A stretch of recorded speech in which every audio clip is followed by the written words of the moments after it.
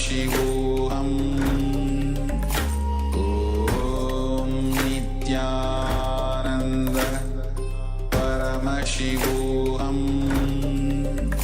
Om Nityananda Paramashivoham Om Nityananda Paramashivoham Om Nityananda Paramashivoham Om Nityananda Paramashivoham Om Nityananda Paramashivoham.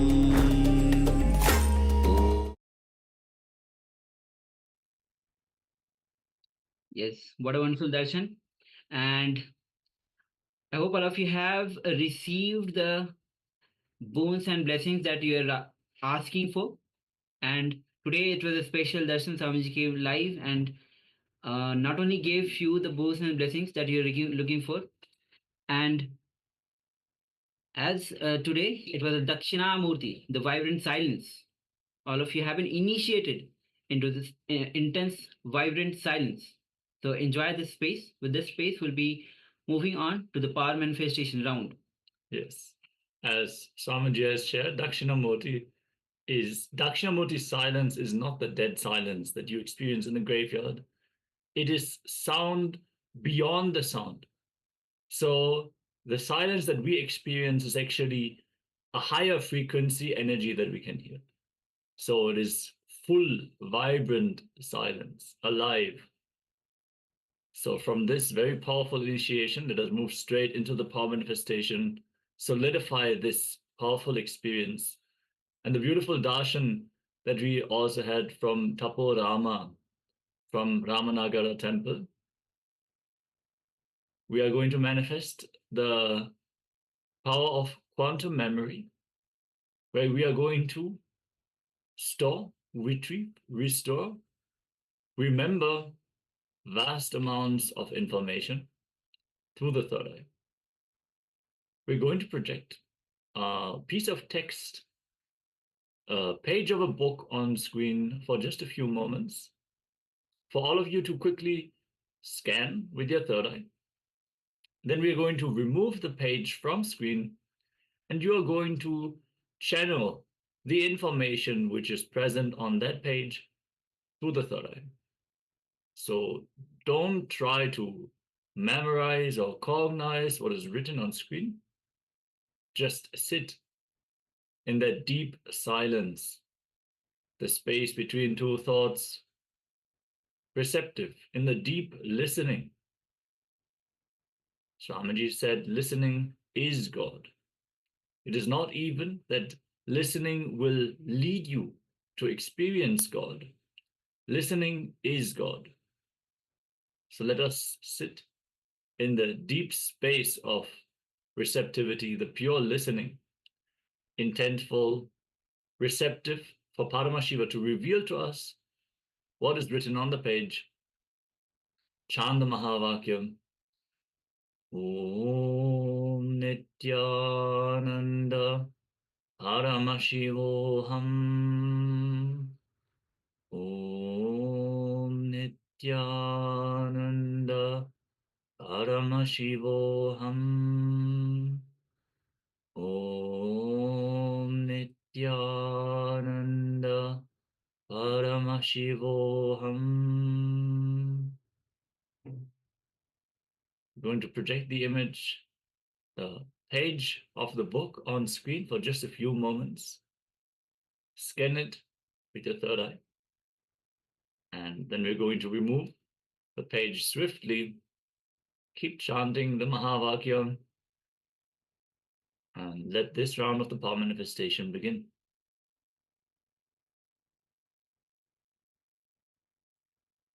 And that's all. Now just sit, connect to Swamiji, and let him reveal what is the information contained in this page.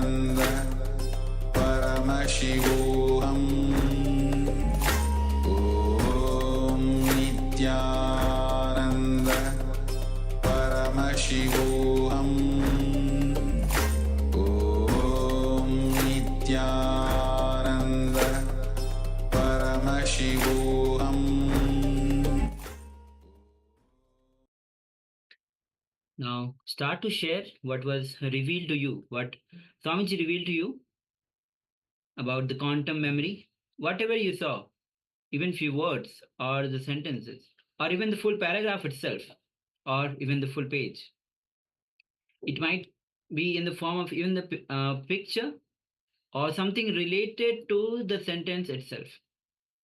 So do not hesitate to share. It's the power of quantum memory. So you might be logically, you might be thinking, oh, it's too difficult, but just go back to the basics. What Swamiji revealed to you, just start sharing that. Yes, one beautiful, powerful cognition that you can manifest through this power manifestation can go beyond the idea that your memory capacity is limited by the volume and by the time. See, many times you feel, oh, I have to study this subject for a few hours, only then I will be able to remember. And the amount of information is limiting me. I'm not able to memorize so much at a time. Actually, Swamiji says any information in the entire universe is available to us instantly. We can receive any amount of information in just a fraction of time. Even just today in the darshan, he revealed that Dakshinamurti is downloading terabytes and terabytes of data into us just through the silence. So it is not related to our ability to cognize, the clarity of our senses. It is just a possibility for us. It is a power that we can simply manifest. So requesting all of you to be sincere in this power manifestation. Let us experience a breakthrough with our powerless cognitions, that we are limited by the amount of volume that we can receive, that we can store, that we can retrieve, that we can remember. Okay, so now if you have something to share, please do share. All the participants in the YouTube, Facebook, and Zoom, let us know what was revealed to you. Then we'll be showing you the actual page itself, the 240 page of Science of Living Enlightenment, which we had the glance of it. So take a moment to share. All the participants, those who have not yet turned on their cameras, if you have taken part in this power manifestation, please let us know. Share your revelations.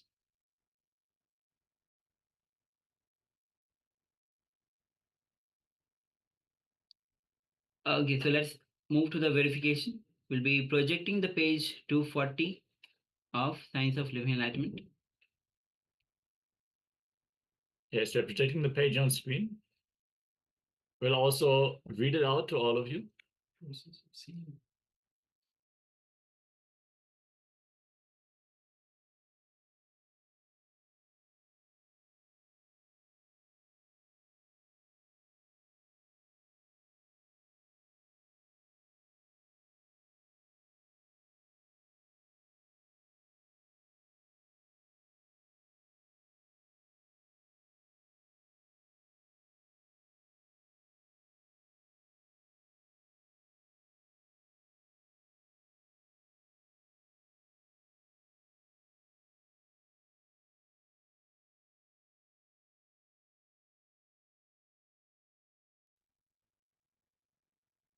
The page 240.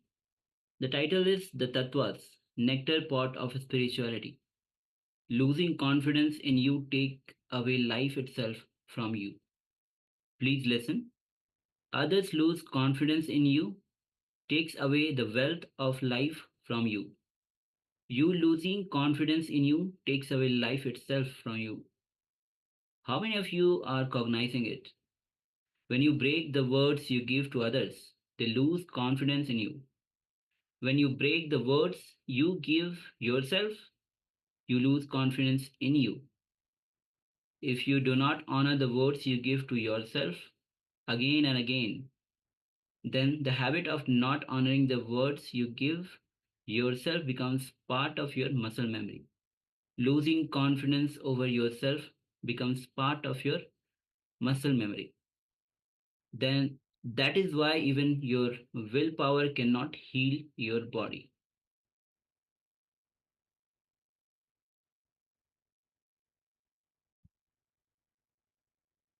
So this was the portion of the page 240 of the Science of Living Enlightenment that we just read out.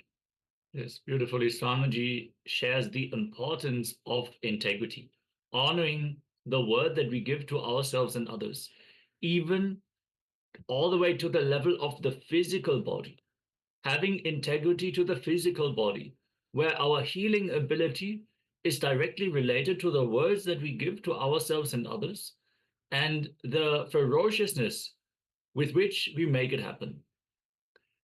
You would have experienced during the Nityananda Yoga, the 108 asana sequence, Pratama Vinyasa Krama, we are performing the skeleton dance, where you visualize your bone structure while dancing. This is one of the very powerful techniques, meditations, also known as Patanjali Dhyana, where you can realign your very integrity towards your body by holding the visualization of the skeleton. So if you have slow wound healing, I request you to look in. Where are you not honoring the words that you are giving? Where did you create this pattern in you that you are breaking the words that you are giving to yourself and others? To the point where life itself is leaving your body. So with these powerful revelations, let us now get ready for the next segment of the day. So today we have learned about the unclutching. Swamiji has talked and give the powerful cognitions about the unclutching. So many questions and answers will be arising in your mind related to unclutching. So now we'll be entering into the session on question and answer of unclutching. Various questions that participants have asked to Swamiji on unclutching. So let's move to this session. Please come to the space of listening as we begin this session. Nothing wrong because it doesn't exist. Let you be very clear, it doesn't exist. When you are very clear it doesn't exist, any time when it is taken away, you won't bother. Even if you bother, it's okay, what is there? Even the bothering doesn't exist. The idea of bothering is nothing but one more connection. The bothering which came to you 9 years ago, the bothering which came to you 10 years ago, the bothering which came to you 8 years ago, and the bothering which is happening in you now, they are not connected. Why are you again connecting and seeing all of them and thinking that I am continuously bothered about money, or I am continuously bothered about developing myself, or I am continuously bothered about my happiness? See, all these things, just more and more and more words. Even your problems are not related to the deeper level. Even they are very superficial. Just with words you are struggling. The whole thing is nothing but words. It's like your whole inner space is filled with words and you are struggling for air. You are struggling even to breathe. Because your whole inner space is filled with words. And constantly you are binding. Every inch of your being is tied with a chain. If there is a small gap, you purchase one more chain and tie it. And you don't feel comfortable even with a small gap. And you say, no, let me have one more chain, please come on, let me have one more chain. And you tie it. Only when you are completely tight, you can't move this side or that side, or you can't even breathe, then you feel comfortable. Yes, now I have enough problem, let me go to some enlightened master. And you come to me to increase my business. What can I do? I always encourage people to get married so that I will have my business. See, unless you have constant problem, you won't come to me. I lose my business. So, can enlightenment solve some of the existing unsolved problems in science and mathematics? For example, nobody knows if there are infinitely many perfect numbers. This is a nice but a very serious question. Who is Satya? Very serious question. You see, first sutra of the Isavasya Upanishad answers this question. If you heard Isavasya Upanishad, you will understand the first mantra, Om Purnamada Purnamidam Purnat Purnamudachyate Purnasya Purnamadaya Purnamevavasishyate. When the whole is taken away from the whole remains as the whole. The first mantra of the first Upanishad, the Shanti mantra of the first Upanishad, gives answer to this question. I think I'll answer this question in a detailed way. Now I'll give you just the gist and you can remind me, I'll give you a complete answer. You see, three things. Logically, according to Max, according to the normal mathematics, 2 plus 2 is 4. A plus B is C. The C cannot be more than A plus B if the A plus B is equal to C. The C cannot be more than A plus B. This is the normal mathematics. When it comes to art, when it comes to the level of art, you see, in the intellectual level, A plus B is equal to C. The A separately, B separately, if you add, nothing less than C or nothing more than C can come. This is the logic, intellectual. When you come to the next level, emotional, level of the art, all the things which is used in a painting, a canvas or the color, all these things put together cannot equate the painting. There is something more in that painting. Can you say that this paint and this canvas and this much of hours from that man is equal to the painting? You can't. Even if you put that hours, 8 hours from that particular artist, same artist, if he puts the 8 hours in a different time, the painting will be different. You can't say, you can't create an equation when it comes to art. Over. You can't put all the words used by Rabindranath Tagore is equal to Gitanjali. There are so many idiots who are using the same words. They are not able to produce Gitanjali.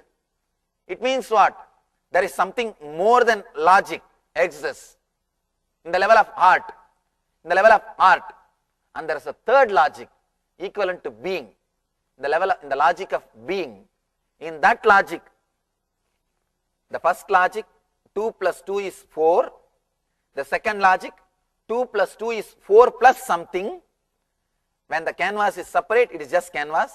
When the paint is separate, it is just paint. When you add these two, you can't equate it to paint. You can't equate it to painting.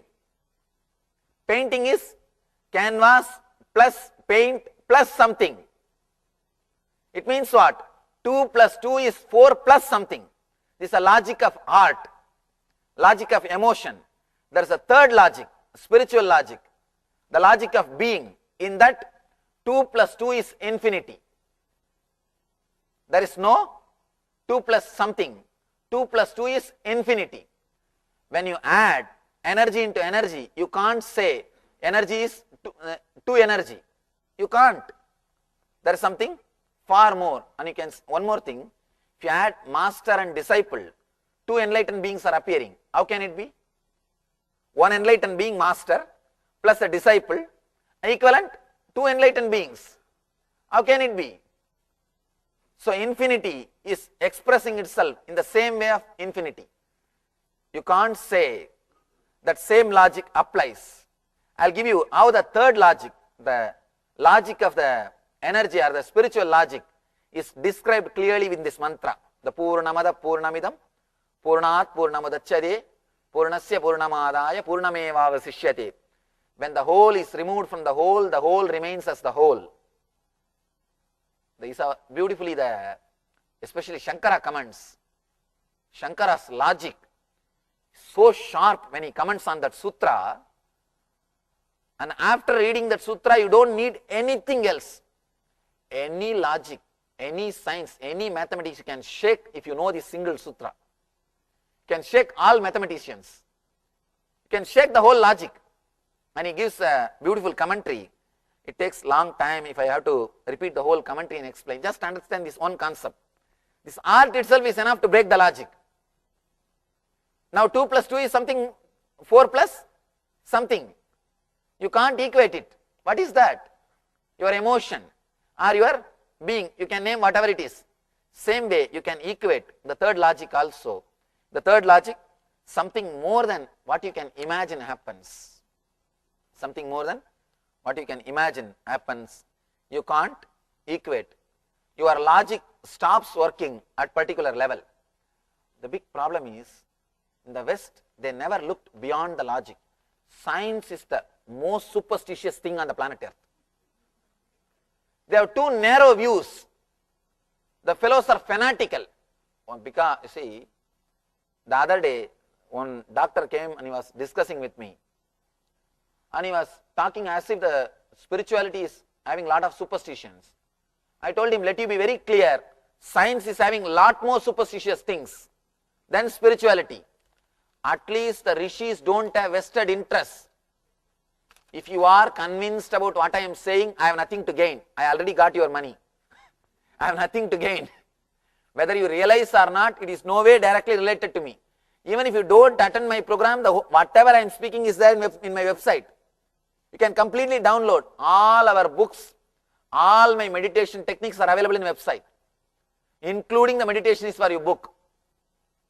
Even if you don't come here, directly you can download. I have nothing to gain by convincing you. Not only me, all the rishis. They have nothing to gain by convincing you. They have no vested interest.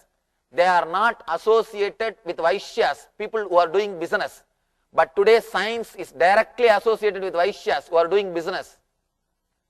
They have to fulfill the vested interests of Vaishyas and Kshatriyas. In India, the Brahmanas, the intellectual energy is never under the control of politicians and business people. They are independent energy. The R&D is not under the control of the social vested interests or the political system. But in the other fields, other society, the R&D, the intellectual department is under the influence, under the control. They have to dance to the tunes of vested interests of society. That is why I say science is more superstitious than spirituality.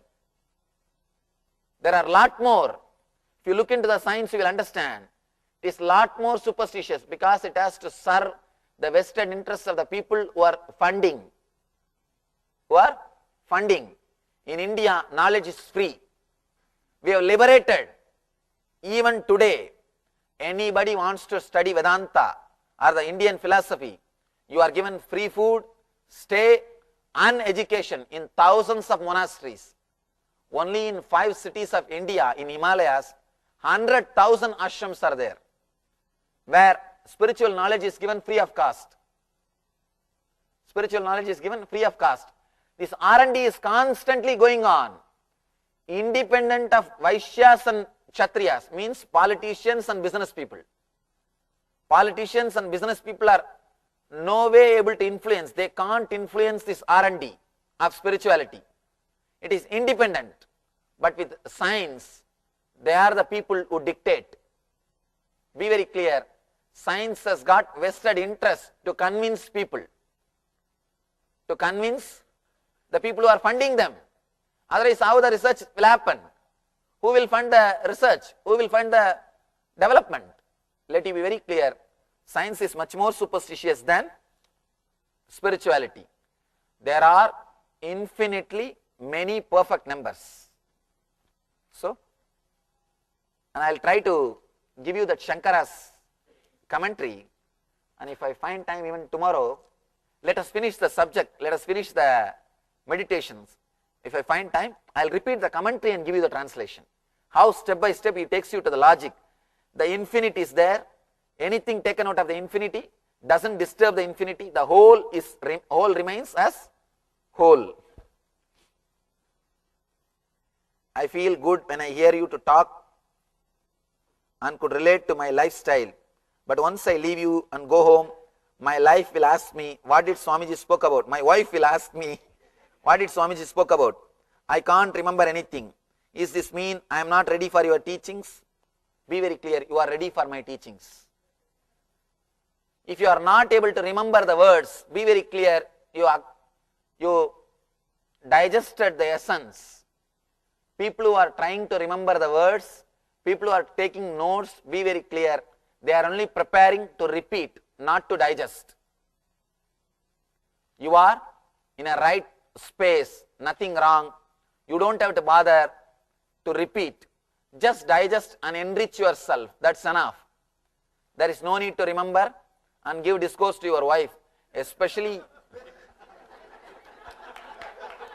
Now really, if you say all these things, your wife will never accept.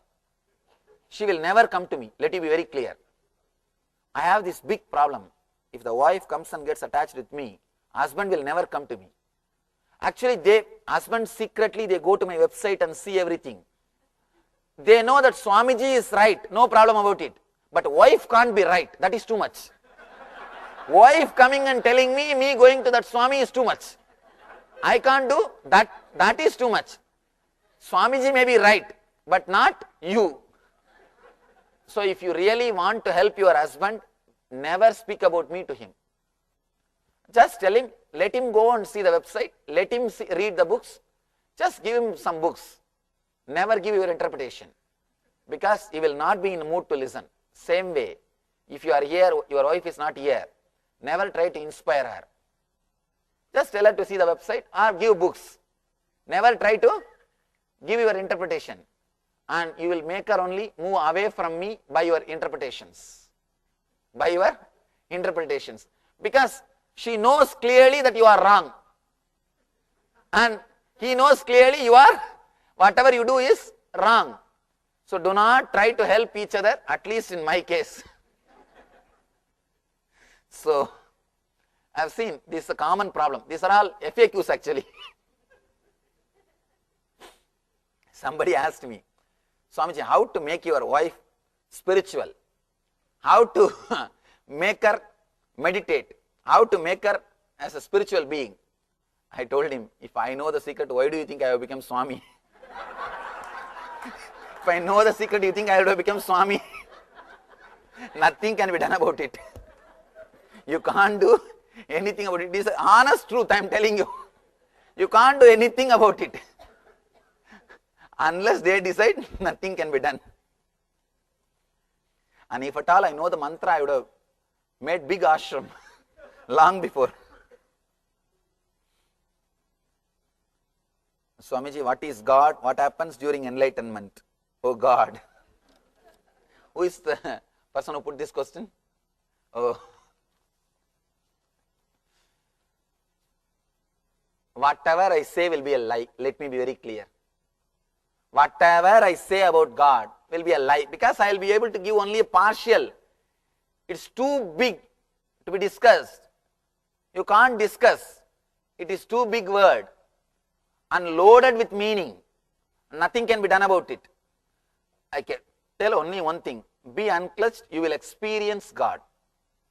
Nothing else can be done. When you experience and come out, you will also have the same trouble, and you will tell others that you are not able to explain. Actually, before enlightenment, when I read all these great books, I used to think that these fellows are playing a game. The main product which they are selling, they don't have definition for that. The main product which they are selling is God or enlightenment. None of these fellows are able to give explanation. They are selling something which they can't even define. I thought, what is happening? What kind of business? But after I entered into the business, I also understood. Nothing can be done about it. And you can't. You are in the same problem.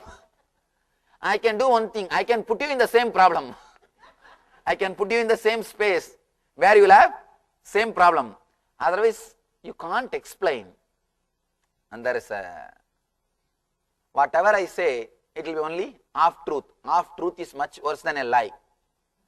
At least with lie you are clear, you are hearing a lie. With half truth, you do not know which side is truth and which side is lie. And you will be always bothered about the other half. And better let you not have any answer, you will be saved. What happens during enlightenment? Again, it is difficult to explain. Let you be unclutched and experienced by yourself. See, all these questions you ask because you don't have confidence that you can be unclutched. You don't have confidence. You think, no, what he talks is right, but I can't experience all those things. Better let me at least have a few little knowledge and go back to the house. Please be very clear. You can be unclutched. Constantly, your belief that you can't be unclutched is also one more shaft. It's a one more shaft. 10 years ago you tried, you have failed. 9 years ago you tried, you failed. The moment I say 10 years, the Dr. Ma is laughing. 9 years ago you tried, you failed. 8 years ago you tried, you failed. Why are you connecting all your failures and creating a shaft? Do not, that failure which happened 10 years ago, the failure which happened 9 years ago, the failure which happened 8 years ago are independent, individual incidents. Do not connect them. The moment you connect them and create a shaft, you are very clear you will be failure this time also. Why do you decide? Why do you create a shaft and try to leave? Why are you connecting it? Why are you connecting again? This morning you spoke a little bit about Patanjali and said to use pain to go to the next level. I am asking for your help. How can one use pain to get to the next level? This is a nice question. Morning itself I answered. Just see, without labeling that as a pain, just look into that space. What is happening? I have spoken about this in the same Pain to Bliss meditation. When the pain disappears, even after that, just try to continuously penetrate that same zone. Let you be aware of that zone. Then suddenly you will see you are experiencing the boundaryless energy. See, you have your identity. You have an identity about yourself. If that identity is smaller than the physical body, you start feeling that pain. If that identity is equivalent to the physical body, you will have a comfortable, relaxed feeling. If that identity explodes and expands bigger than the physical body, you will feel ecstasy. When you close your eyes and remember your name, you will have an image about yourself. You will have your form. That's what I call your identity. If that identity is smaller than the physical body, you will have pains and feeling of suffocation. You will feel suffocated. In those areas you will feel suffocated. If that identity is equivalent size of your physical body, you will be comfortable with the body. If that identity expands, then your physical body, you will have bliss. Now, put your awareness wherever you have pain and remember you are unclutched. Suddenly you will see the identity expands. Expansion of identity is what I mean, boundaryless experience. You will enter into the different space of being unclutched. When you go into it, you will understand the truth of what I am saying. One more problem, unless you go into all these things, whatever I am saying is only words, will be words and words. When you go into it, you will understand the truth behind all these words. I want to be unclutched, but my wife wants to be clutched. How can you help me?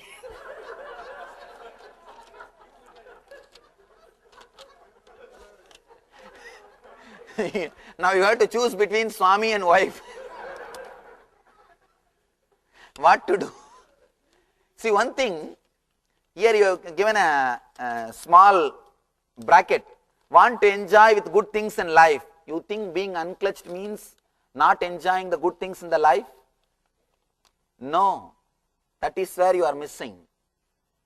Do not try to create the shaft or understanding that unclutching means something. Again you are creating one more shaft. Again you are creating one more shaft. The spiritual teaching means somehow the idea has entered into you, it is anti-life. Without even practicing, you are clear, it is anti-life. It is not.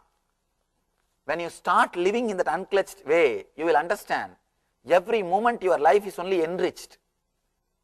You are not giving up anything. I tell you, be unclutched.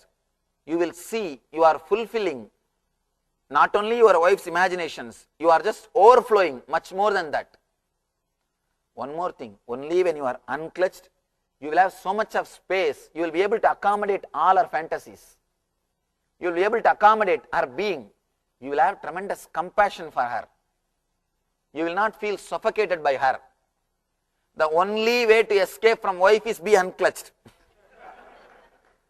The one and only way to escape from the wife, because when you are unclutched, you will have so much of space in you. You will not feel suffocated by people.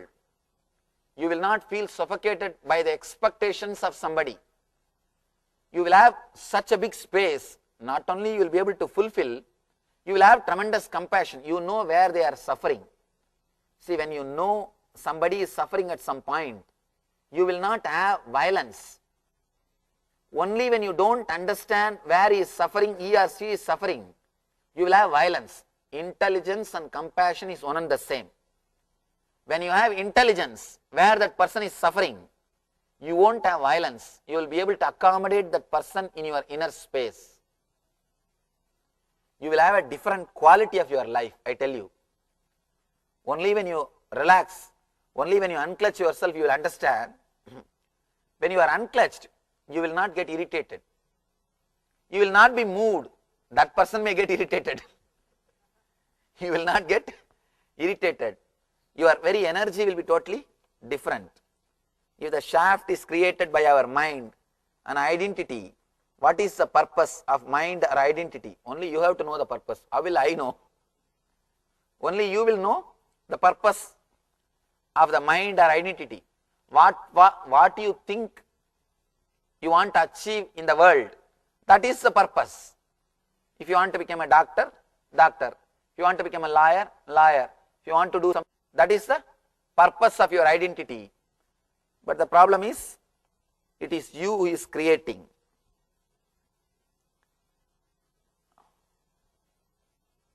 Swamiji, my pranams to you. I am confused when you say not to create shaft of joy, and when you say blesses to lead a life of Nitya Ananda or bliss eternally. Be very clear. When you don't create the shaft of joy only, you will have Ananda. Joy is a part-time Ananda. If you create shaft out of Ananda, you will create joy. If you relax from the shaft of Ananda, you will be in bliss. Please understand, joy and Ananda are not one and the same. They are opposite to each other. If you try to create a shaft out of Ananda, you will try to possess that and make it as joy. If you relax from the shaft of joy and don't bother about it, don't want to prolong, suddenly you will be in the space of bliss. You will be in the space of bliss. Understand difference between Ananda and joy. Another doubt, how do I not confuse the state of doing nothing with a sense of lack of responsibility or defeatist? Purnima, what is the last word? Defeatist attitude. See, the idea, the defeatist attitude, lack of responsibility and all, now only your mind is picking up just to defend yourself. Even if it is lack of responsibility and defeatist, let you be unclutched for a few days. You will understand. If you are unclutched, you will not have the tamas in you. You will not have tamas in you. Mentally you will be silent, but physically you will be active and alive. When you are in the space of lack of responsibility or defeatist, mentally you will be very active, you will not be silent. Physically you will be tired. When you are unclutched, physically you will be active and alive, mentally you will be silent. There is a big difference between tamas and sattva. In both space you are silent, but totally different. When you enter into when you relax and try to be unclutched, you will understand. You see, whenever you remember this unclutch, you are unclutched, that itself will give you such an inner healing, such big relief that you don't have to do anything. Actually, there is nothing to be done, and there is nothing can be done. You can try, nothing can be done. When you accept, when you come to that understanding, suddenly you feel the inner healing happening in you. You are becoming a different being, different person. Only then you will understand how to be alive, active, without entering into the defeatist attitude. With the understanding, you will never be a defeatist. These are all few words which your mind creates to protect yourself from this truth. Even if it is defeatist, it's okay, let you be unclutched. Then you will understand the truth of these words. In one of your talks, you mentioned TPS. It's lowering the thoughts per second. One of the ways to break the shaft. So meditation is the main way to achieve dhyana. Who is the person who put this question? Be very clear. Now you are not connecting me with Buddha or Krishna. You are connecting me with your identity which you have about me in the past. You heard the teachings. Have you become enlightened? No. Now you are connecting that with this so that you can dump the both in the same dustbin. Do not create. Now come to this moment. Either get help from these words or at least understand you are not being helped. Let us be very clear. Either you are helped or not helped. Let us not connect with this. Let us not connect these teachings, these words with some of my past teachings and put the both in same file and put it in one corner of your mind so that you can outlive me.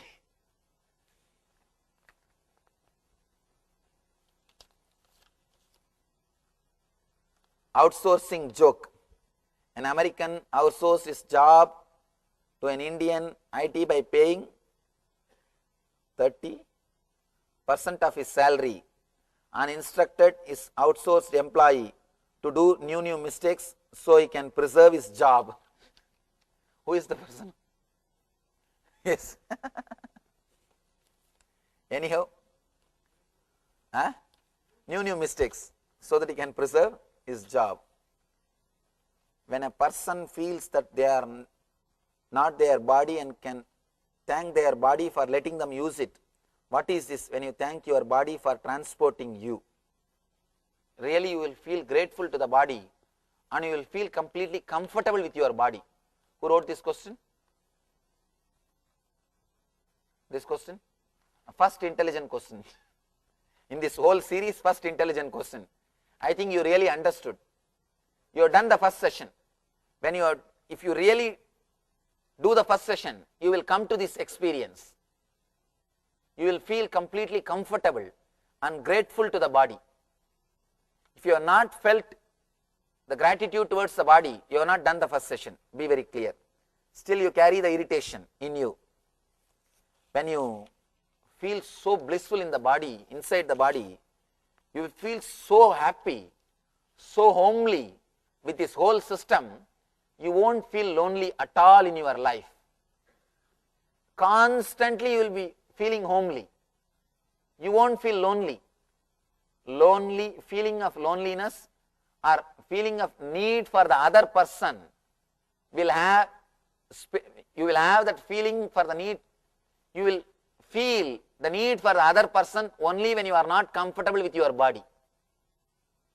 If you are completely comfortable with your body, you will never feel the need for the other person. Even if you have to share yourself with the other person, you will be overflowing. You will not be demanding. You will not be begging. You will be just overflowing. If you are feeling the need for the other person, be very clear, you are not comfortable with your body. You are not ease with your body. If we could attain enlightenment through, I am not able to understand, read, through Krishna or Jesus, etc. Why do we need a living master? Thank you. Who is the person who put the question? If you can achieve enlightenment through Krishna or Jesus, you don't need living master. The big problem, even with a living master, you are not able to achieve. What are you going to do with the masters who don't have the body? People come and ask me, Swamiji, can you teach me how to connect with the ascending masters, or how to talk to the great masters and get their teachings? I tell them, directly I am speaking in the language which you understand. That itself is not helping you. How are you going to be helped with somebody who is not going to speak in the same language in which you are able to understand? So be very clear. If you can achieve enlightenment with Krishna or Mahavir or Jesus, you don't need enlightenment living master. But usually this never happens. How would you approach Christian person to accept meditation? I don't approach anybody to accept meditation. It is up to them. It is telling my family about my practicing meditation. How do I tell them without hurting their feelings? Only you have to design. I don't know. I have not yet created any mechanism for it. Maybe you can slowly show the transformation which you are having in your life. Maybe by seeing the transformation which you are having, which you are expressing in your life, they will be inspired. The only way is to show in your life to inspire them. Otherwise, put your foot down and be very clear, that's all. What is there? That is the only way. If meditation is not the channel to spiritual enlightenment, then why should we meditate? What exactly are we supposed to do? Meditation is channel for enlightenment. I don't say meditation is not the channel, but when I say the word meditation, being unclutched, not getting caught with one more shaft. If the meditation creates one more shaft, be very clear, you will not be getting enlightenment. If we are not the bodies, how do we feel the pain of the body and fear of losing the body? And if karma theory is not right, how do we transmigrate? Two things. I don't say you are not the body. You are not the body should become experience in you, not the theory given to you. The second thing, whether karma theory is not right. If the karma theory is not right, again, I don't say karma theory is not right. It is not complete. It can't answer all the logical questions. It can't stand a sharp logic. It can stand to do business, but not to understand for yourself. People come and ask me, actually, a small incident really happened. One boy was brought to me by the mother, and the mother is telling me, Swamiji, please tell him, he is not listening to my words, please tell him to obey me. I said, how can I tell? I myself never obeyed my mother. I ran away from the house. My mother tried her best, but I ran away from the house. I myself never obeyed. How can I say, obey your mother? But you know, women are women. She was very adamant. No, you have to insist, you have to tell. Please tell him, he has to listen, he has to obey me. Then I called him, see, why don't you obey your mother? See, I am obeying. I myself, I am obeying her. Why don't you also obey her? And listen to whatever she says. This guy asked me straight away, Swamiji, she herself is not happy. If I follow her, I will also become like her only. Why are you asking me to obey her? Why are you asking me to follow her? I was shocked. Somehow I convinced him, but I am not convinced. Same way, I can use karma theory to convince somebody, but I am not convinced. Karma theory is a beautiful way to give healing. See, at some point, human beings need some consolation, some healing, some effect. For that, beautiful. For society, karma theory is really beautiful. It can give a healing effect. It can give a big comfort feeling, but not for the seekers. Not for the seekers. The beautiful word in Kathopanishad, it's like walking on the razor's edge. Shurasya dara vishitani kecha. It is not for the people who are the seekers of truth. At least not for the people who have come up to the level of Dhyana Spurana. For a society, it's a good idea. You can see there's an interview in the India Post. I accepted the karma theory and spoke about that in India Post. For public, it is good. It gives you inner healing effect, and you don't have to suffer too much, torture yourself too much, and lot of psychiatric problems will be avoided. You will be more balanced and less depressed. For all those things, karma theory is okay. But ultimately, when you start seeing the truth, that doesn't hold good. With the sharpest logic, when you penetrate, that doesn't hold good. That's what I mean, Swamiji, when I say karma theory. So the only way to transmigrate is just unclutch. Unclutch, and all the concept of pain, pleasure, I am saying flood everything with truth. Let everything be flooded away. Let you be completely flooded by the truth. The concept of joy and bliss, if it exists, only then the karma theory holds good. Because karma is all about bringing more joy and less pain. But I am saying even that idea is a lie. You are constantly connecting and creating. So when even that idea is a lie, you will not be driven towards joy, or you will not be driven away from pain. Those concepts will start losing meaning for you. You will start living in a different space. So, did not Krishna and Buddha advocate the theory of karma? They must be giving interview to like India Post. You understand? They would have been giving interview to that time India Post. So that is the reason they would have advocated.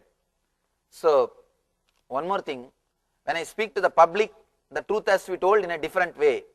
But when I speak to the seekers, especially when I wanted to say the ultimate truth, it has to be explained in a clear way. It's just the levels of understanding. I am not against the first level, but when I have to say the ultimate truth, I have to completely pull down the whole structure. Only then you will be awakened to hear the truth. Then the truth can be given to you.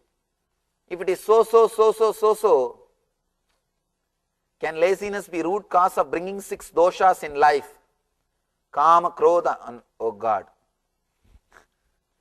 Who is Madhusudan? See, laziness is one more shaft. The lazy feeling which you felt 9 years ago, the lazy feeling which you felt 8 years ago, the lazy feeling which you felt yesterday, they are complete independent happenings. Why do you want to connect and decide you are lazy or you are not lazy? Both ideas are lies. Then you will have one more idea. I have kama, I have krodha, I don't have kama, I don't have krodha. All these things again and again creating more and more shafts, more and more connections. These 2 days I will see that you experience that shaftless zone. So I am not going to let your attention move to anything else. Again and again and again. See, I can't put a straight tape recorder. Be unclutched and be unclutched. Instead of putting a tape recorder, I am going to do that work. Let it be very clear, by your very nature, you are unconnected, illogical, independent, unclutched thoughts. Swamiji, is enlightenment a neurobiological phenomena? If yes, is there any rearrangement of physical structure of the body? God, nice question. Who is the questioner? Oh, it's a very personal question. I can say, if you can relate and understand, otherwise forget about it. It is a neurobiological phenomena. Actually, biologically also a big change happens, transformation happens. So many things happened in me, but I don't think it is a compulsory for every enlightened being. Sometime it happens, sometime it doesn't happen. So it is not a compulsory, but in me lot has happened. The whole body has become very sensitive, now it has become little, but even then not like a normal human beings. Even now if you touch the feet, you will feel as if the bone is covered with butter. Bone is covered with butter. When you come for energization, you can touch and feel. But now everybody will start pressing. All right. When you come for energization, you can feel it. And still now it is in the form, like a bone is covered with a butter. And 1 year ago, even if you put your thumb, you can see the impression. It used to be so soft. Now it has become little hard because I started walking without chappal. Just to make it little hard, I started walking without chappal inside the ashram. Now it has become little hard. Even then it is not like a normal human beings. Lot happened in the body. 9 months I was not able to speak. From January to November, I was completely dumb. Sometimes now also that is different. I was not able to speak. The words won't come fluently. And if I move the right hand, left hand will not move. The movements are not coordinated. The coordination doesn't happen. If I try to express few words, then I won't be able to move any part of my body. I have to arrest all the other movements and try to use few words. If I start moving the body, then I have to completely stop all other movements. Only one movement will happen. Like this, something has happened in me also, but I don't know exactly what all has happened. Maybe I am thinking of doing little research. What all has happened? And this doctor, the St. Louis doctor who was doing experiment, he was saying, just like that lamas, 6 times more energy was getting produced. That metabolism rate was very high. He was saying few things, but I don't know completely. As far as my understanding goes, it is neurobiological phenomenon also. Some neurobiological effect also happens when you become enlightened. There are a few more things happened in me. Is my being the very nature of it? Random thoughts, the gap between thoughts or inner space. By your very nature, constantly you renounce. You don't even have to renounce. You don't have to struggle to renounce or to get enlightened. Your inner space cannot be corrupted. Even if you try your best, you can't hold on to one thought. Try your best to hold on to even lust. You can't. Let me challenge. You see, you may have a big problem with anger or lust or fear or greed. Try to hold on to the fear. Just if you have the thought of having a cup of coffee, your death fear has disappeared. What happened to your death fear?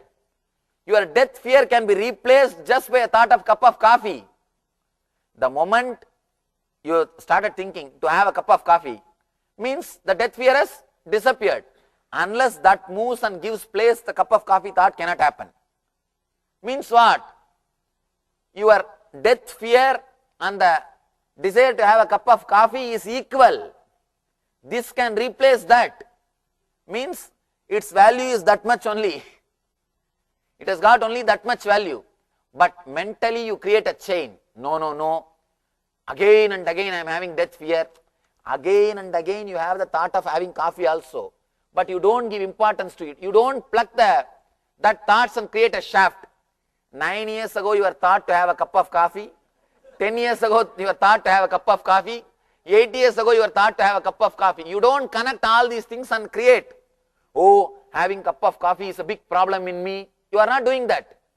But the fears which happened many times, you pluck those flowers and create a garland and start creating suffering. It is you who choose and create a shaft. All your problems are chosen thoughts. All your problems are chosen thoughts, believing that they are connected. You can see what you have written. Just see. Random thoughts. So much is there in front of you. Some 1 million thoughts are there. You just picked up 10 thoughts and you say these 10 thoughts represent the 1 million thought. How can it be? in your inner space, no thought holds value. No thought holds any value. People who try to renounce fear, who wants to get rid of fear, understand your fear has no value except your fear about that fear. Your fear has no value except that your fear about that fear. Thought to have a cup of coffee can replace your fear means what is your fear? Tell me. It is not even worthy of cup of coffee. It is not worthy of just cup of coffee. Cup of coffee can replace the thought of fear. And you think, no, I can't replace it. I'm trying so much my best to get rid of my phobias, Swamiji. I'm trying my best to get rid of some of my problems. A glass of water can replace it. Then, understand, by your very nature, your inner space renounces. Your inner space rejuvenates. Your inner space doesn't hold thoughts. By your very nature, your inner space is pure. Only when you start believing these are my problems, you connect all those problems which happened many times. You see, that also happens in a very random way. Suddenly something raises, something falls, something raises and something falls.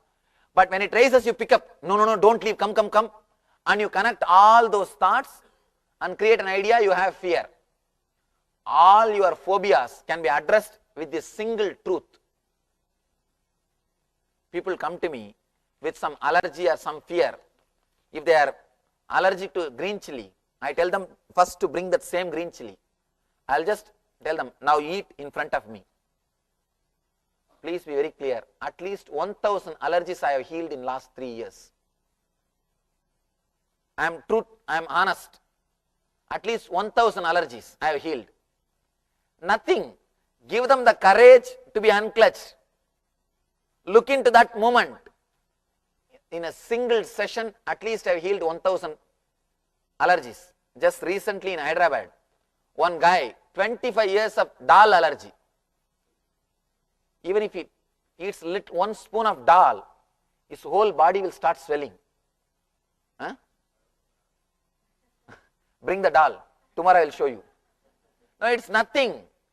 All your allergy is simply your connection. Your connection. I told him to eat the dal. I sat next to him and just told him, I'll take care, I'll heal you, don't bother. He was made to eat, simply disappeared. 25 years of allergy. All your allergy, all your phobias are nothing but pure connection. Pure connection. The one thing is, in India you can do all these things courageously. In this country very difficult. Because the social system, anyhow, with our guys we can do, no problem. Nothing will happen, don't bother. Please discuss short-term memory and long-term memory.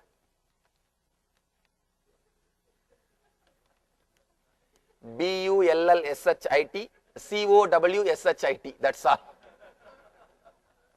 The difference between these two is what I call long-term memory and short-term memory. Taking notes is not good as you say, what? I am not able to read. Who is the questioner? Alright, I will at least read the other words. And writing will improve input, and so I thought very memory, interested in subject, can't remember all your statements, oh God. Anyhow, when I read this question, I remember a small statement. Oh, Swamiji, your handwriting. No, your handwriting I am able to read. I know your handwriting by now. Your handwriting. Right. All right. When I read this, I remember a small story. There was advertisement in the newspaper. We want a manager who knows how to read and write French. One guy applied. He said, I can write but I can't read. The manager was shocked. And he asked that guy, please come for interview. When he came, he said, please write. He started writing. Manager said, please now read. I am not able to read what you have written. The guy said, I told you I can only write, I can't read. I can only write, I can't read. So I think this is the same thing.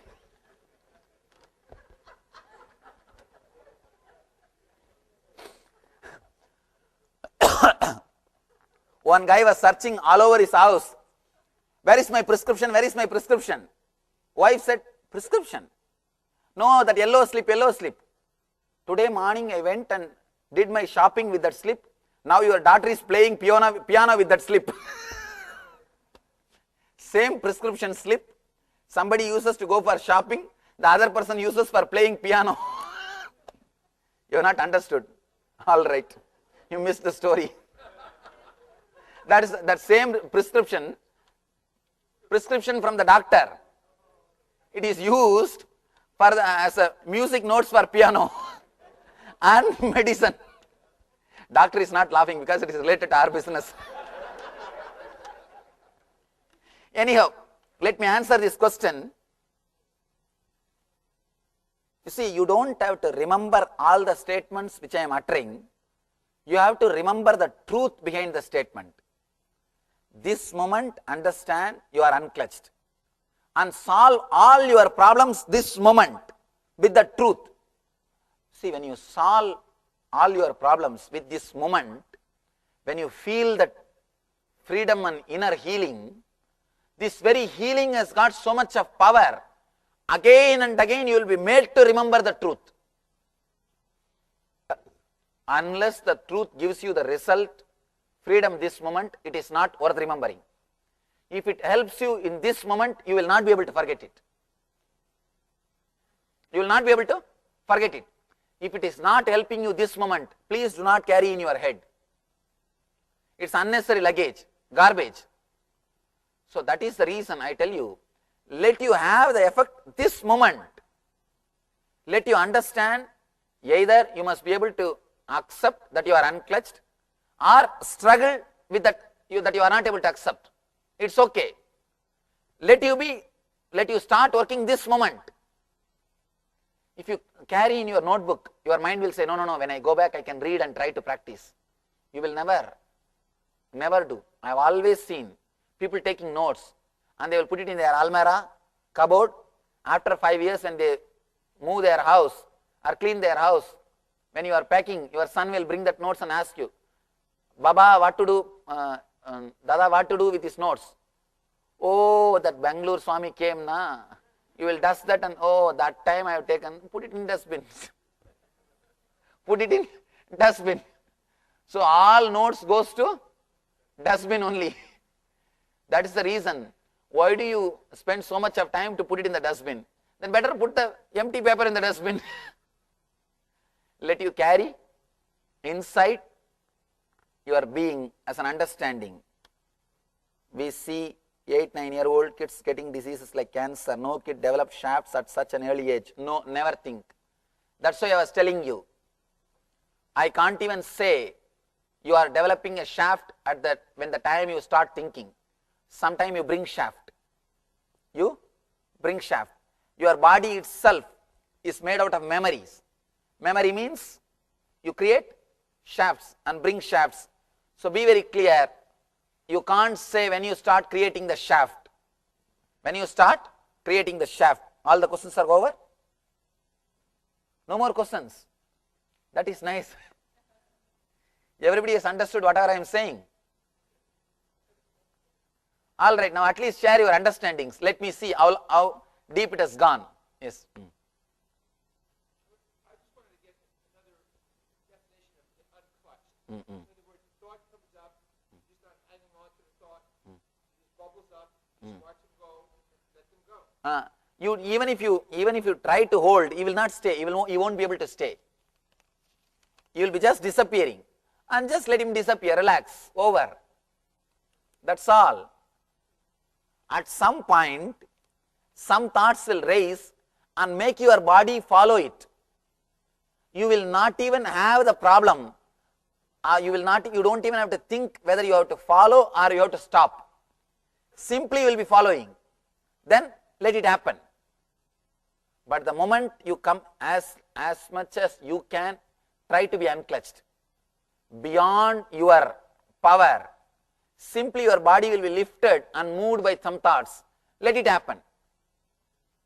You will not have irritation when you follow your thoughts if you are unclutched. Usually, as on now, whether you follow your thought or don't follow your thought, you will have irritation. If you follow, you will have some irritation. If you don't, you will have again irritation. If you are unclutched, that irritation will disappear. Whatever doesn't need to follow, you won't follow. Like your job and basic life thing, all those things, whatever you feel as important, simply your body will follow. You will not be even feel irritated. You will not be feeling the suffocating feeling if you completely see it's raising and falling and dropping and things happening. Is there any value in Namasmarana of God? Oh God. I think morning itself I answered this question. I do not want to disrespect all these traditions. See, they all help you to come up to a certain level. But if you ask from the level in which I am talking about unclutching, it is not going to help you. The Namasmarana is not going to help you. Let you be very clear. Remember that you are unclutched, that will help you. Not any other. See, Namasmarana, what are you trying to do? You are trying to create a same shaft, which you can't. Try your best to create the shaft. Try your best. Anybody who says I am successful, 24 hours I am able to do the Namasmarana? Anybody? You can't. By your very nature you will be renouncing. See, whether it is thought of Rama or thought of Kama, you will be constantly renouncing. But you think, no, I have to hold on to Rama, I have to renounce Kama. Neither holding on will be possible, nor renouncing will be possible. Both will be rising and falling. It is you who give the label, value. Oh, Rama's thoughts are really good. I have to hold on. You try to create the shaft and elongate that shaft. Kama's thoughts are bad. I have to break. I have to escape from it. You try to break it. But you can neither elongate nor break. When you understand, nothing can be done about the shaft, you are liberated from the shaft. You can have only one freedom, to liberate yourself from the shaft. Either you can completely throw away the luggage, your garbage, or have all of them in your head and play the game. You can't have the arranged garbage. Only Namasmarana I will have, and put little scent, put little incense stick, and do little camphor and arati. No. You can try your best. You can try your best. I tried my best. I tried. Per day I used to do 20,000 japa. I had a long mantra. I used to repeat 20,000. I will repeat in one sitting. I'll sit for one sitting. In one sitting I will do 20,000. Means this side 2 mala. See, this side 1 mala is 108 and 1 bead I will move. Then by the time I finish this 108 into 108, 10,000. This side 2 mala I will finish with the left hand. So much of Nama Japa I did. Finally I understood it is not going to lead you anywhere. So let you be very clear, it's not going to help. Your thoughts about reincarnation,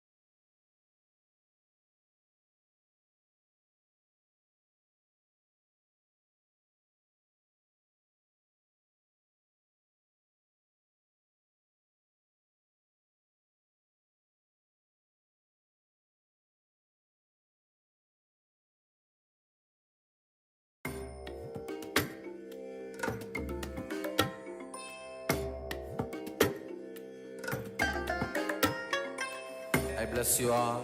Let you all open all your three eyes and manifest the powers of Mahasadashiva. Om Nityananda Paramashivoham. Om Nityananda Paramashivoham. Om Nityananda Paramashivoham. Om Nityananda Paramashivoham. Om Nityananda Paramashivoham. Om Nityananda Paramashivoham. Om Nityananda Paramashivoham. Om Nityananda Paramashivoham. Om Nityananda Paramashivoham. Om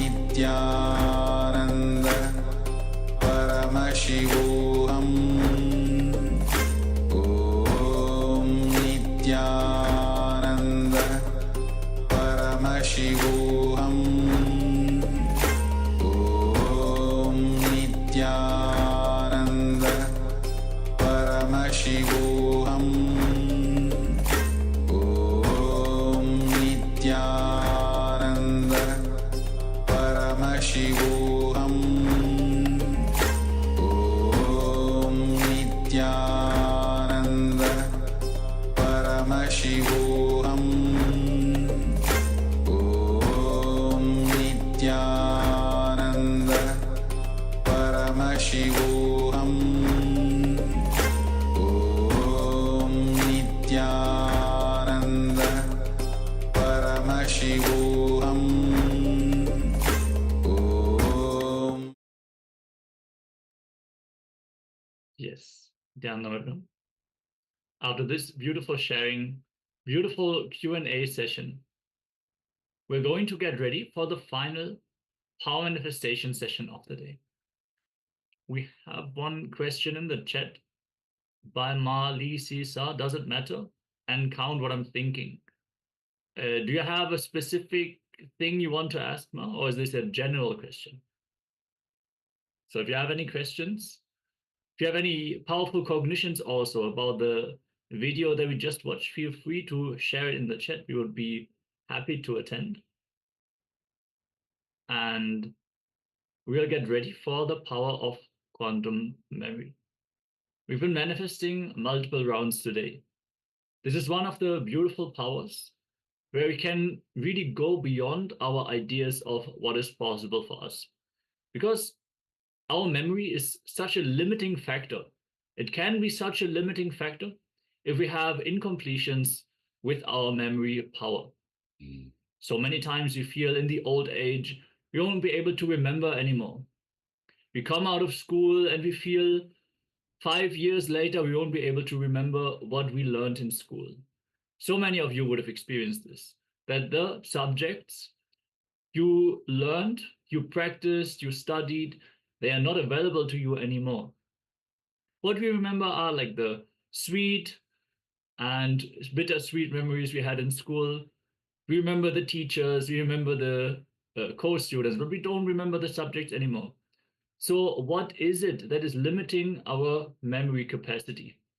Those are the ideas and concepts that we have built, the incompletions about our memory power. The idea that the volume of memory is a factor in our ability to restore, retrieve, and store the memory itself. The quantum memory is a very powerful way how we can break this pattern. Since Swamiji enables us to simply recall vast amounts of information immediately. So we can really break our limiting thought currents here.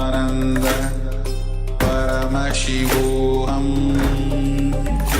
Om Nityananda Paramashivoham Om Nityananda Paramashivoham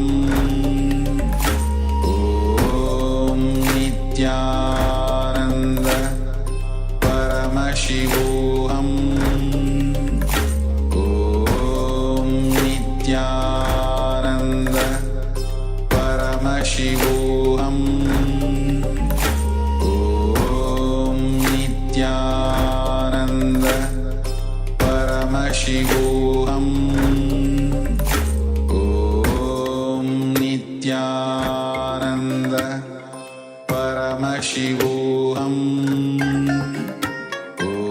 Om Nityananda Paramashivoham Om Nityananda Paramashivoham Om Nityananda Paramashivoham Om Nityananda Paramashivoham Om Nityananda Paramashivoham Om Nityananda Paramashivoham Om Nityananda Paramashivoham Om Nityananda Paramashivoham Om Nityananda Paramashivoham Om Nityananda Paramashivoham Om Nityananda Paramashivoham Om Nityananda.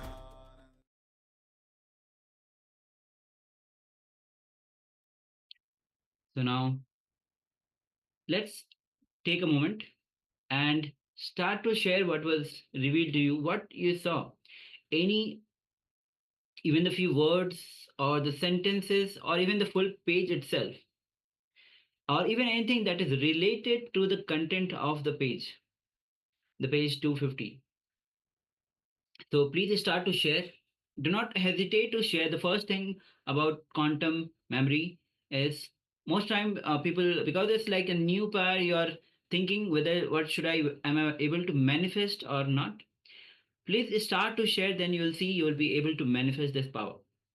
Yes. So some will be manifesting through you. So start to share. Do not hesitate to share, even if it's a few words or even a single word or anything you saw as a picture. Yes, we have one sharing from Anand Aghor Rupini. She says river, great. And please, other persons do also share. Let us know what was revealed to you. Yes. Ma Nitya Agora Sarupini, Ma Lisisa, Ma Zhang Jian Hong. Share whatever was revealed to you. Yes, Malichka says integrity. Thank you so much.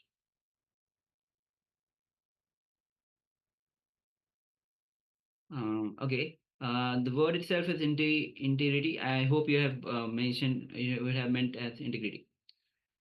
So now we'll be projecting the page 250 of the Science of Living Enlightenment. Yes. To live it, you will have to demonstrate it. When you declare that you are enlightened, you should be able to stretch yourself to the anyakara you create. Declaring enlightenment is not more power, it is more responsibility. Clear? So it is your individual choice. You can declare any day that you are enlightened. You are, after all, a Swami now. You are an independent entity by existence. You can move the cosmos as you want. If the cosmos is not moving as you want, just create another one. That's all. The space of positivity, possibility, Ishvaratva, and enlightenment is your space. So from there, you can declare anything you want and make it into reality in any way you want. And anybody who wants to be part of this order can start applying and preparing yourself to be part of this order. Great. That you all achieve, experience, live, express, radiate, share, and explode in eternal bliss, Nithyananda.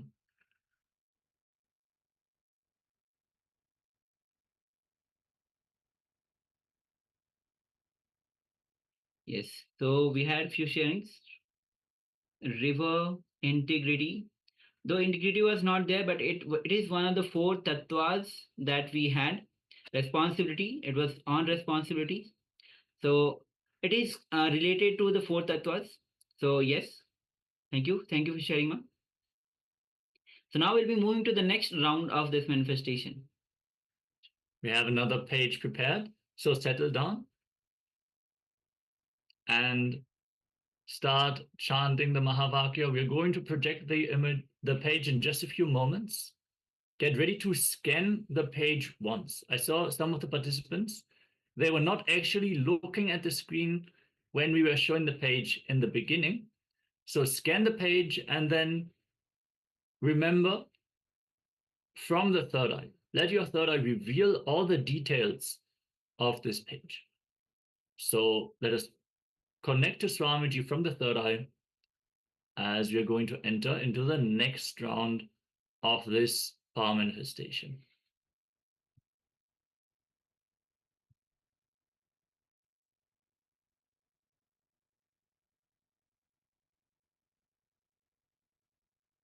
We are projecting the page now.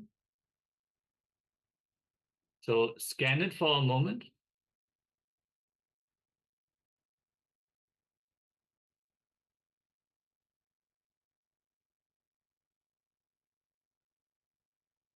And now let Swamiji reveal to you from the third eye all the details about this page.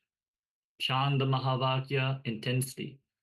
Vibrate with your whole being. Feel the Mahavakya reverberating in every cell of your body as we enter into the next round of this power manifestation. Om Nithyananda Paramashivoham. Om Nithyananda Paramashivoham. Om Nithyananda Paramashivoham. Om Nithyananda Paramashivoham. Om Nithyananda Paramashivoham. Om Nithyananda Paramashivoham. Om Nithyananda Paramashivoham. Om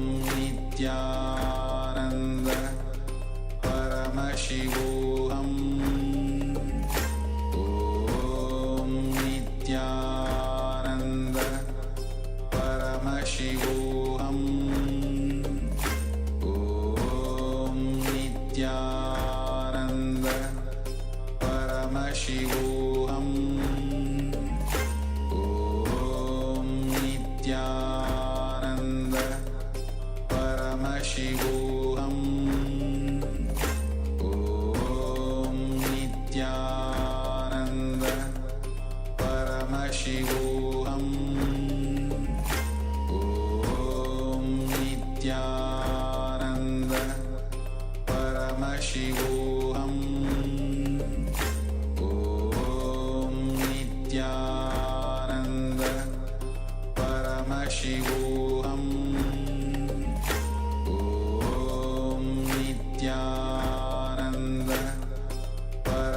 Paramashivoham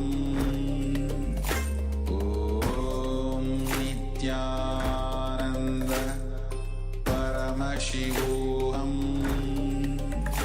Om Nityananda Paramashivoham Om Nityananda Paramashivoham Om Nityananda Paramashivoham Om Nityananda Paramashivoham Om Nityananda Paramashivoham Om Nityananda Paramashivoham Om Nityananda Paramashivoham Om Nityananda Paramashivoham Om Nityananda Paramashivoham Om Nityananda Paramashivoham Om Nityananda Paramashivoham Om Nityananda Paramashivoham Om Nityananda Paramashivoham Om Nityananda Paramashivoham Om Nityananda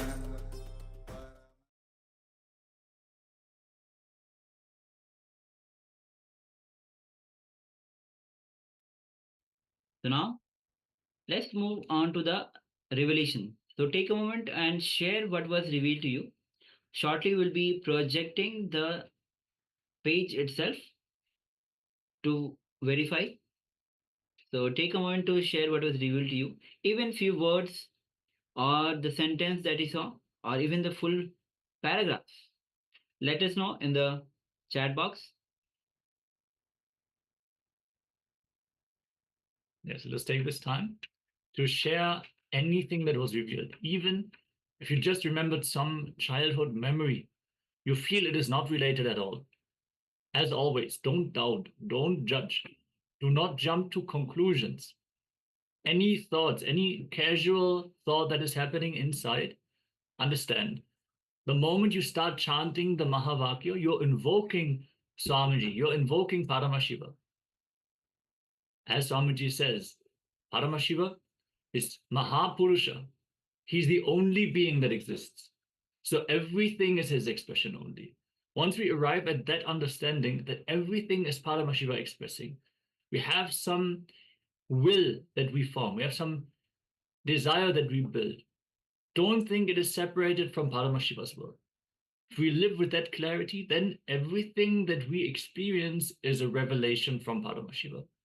If we live with this understanding, suddenly our intuition will grow and we'll be able to just connect to all the information that is coming to us. Okay, so we have some sharings from Ma Zhang Jian Hong. She says responsibility. Okay, great. Thank you for sharing, Ma. Ma Lichka says charity, lemon, character. Great. Thank you for sharing, Ma. So now we'll move to the verification. We'll be projecting the page itself so that we can verify.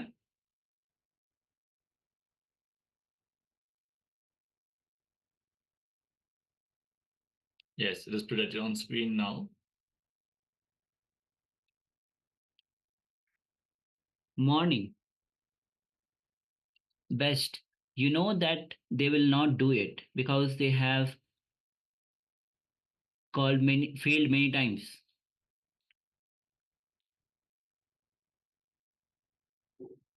So you don't take them seriously. In the same way, when you have not honored the words you gave to you many times, not only do you not take them seriously, you don't even bother to remember them. How many of you cognize what I'm saying? Many times, many times, because you built the pattern of not honoring the words you give to yourself. Not only do you not bother to fulfill them, but you also do not bother to execute or remember them. Every word you walk, you talk to yourself is a commitment that you are giving yourself. With this understanding, you should think. It means that you have so much of awareness. It needs to be infused while you think, while you give words to you. Listen, it is unfortunate that society constantly reminds you to fulfill the words you give to society, but it does not teach you the basic truth that you need to fulfill and honor the words you give to yourself. Many times you don't honor the words you give yourself. You don't even bother to remember the words you give yourself because you build the pattern of not honoring the words you give yourself. Yes, on the side note, with integrity, you will experience a relationship with yourself for the first time. Beautiful. So if you can resonate with these revelations, responsibility, charity, lemon, character. Yes. Yes. Great. Thank you for sharing and participating in this power manifestation. More and more we'll be having in the coming days the power of quantum memory. So take part the power in these power manifestation, then you'll be able to grasp the large information which is coming from the intelligence which is behind the brain, not from the mind itself. So today we have gone through the day where we learned about. Yes, we learn about the science of unclutching. Yes. And different layers of the body, the five koshas, the Annamaya kosha, Pranamaya kosha, Manomaya kosha, and other five, total five layers, Anandamaya kosha. So now we'll be concluding the day. And of course, to come back tomorrow, the day will be starting with the yoga 108 asana sequence and requesting all the participants to come for the first session that is starting with the yoga. Yes, and after that, we are going to have a power-packed day as we are going to learn about the sacred divine feminine. Yes. So a lot of gender completion, as Swamiji is going to come in the Ardhanarishwara Murti, Bhava Samadhi Darshan, and we are going to learn about Vedic feminism and how to awaken the Shakti in us. We are going to have the powerful Shodashi, Para Shodashi initiation, the Shivoham process. So we're going to learn the science between lines and sound, yantras. So it's a very interesting, very powerful day from the Shakta tradition, as Swamiji himself is a Shakta only. Like the way that Swamiji has had his first darshan was Devi revealing herself to him. So it is something that is very close to Swamiji's own heart. And for all of us, as Swamiji is sharing, enlightenment means what? The divine feminine waking up in all of us. So let us join back tomorrow for this power pack day and manifest all the power, since it is Shakti herself manifesting through all of us. Yes. And Swami says very beautifully, it is Devi who holds the key to enlightenment. And Swamiji very beautifully relates Devi to the woman, how women are actually more having the feminine consciousness. It is much easier for the woman to have the and to awaken the feminine consciousness. So with this, come back tomorrow, join, and let's awaken the divine feminine consciousness within us. So now we'll be finishing with the Purna Mantra. Let's bring our hands in Namaskar Mudra.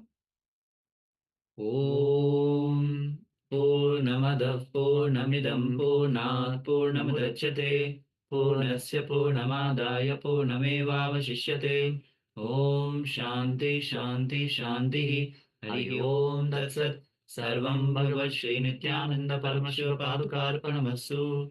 Om Nityanandam. Thank you. Thank you, everyone. Nityanandam, everyone. See you all tomorrow.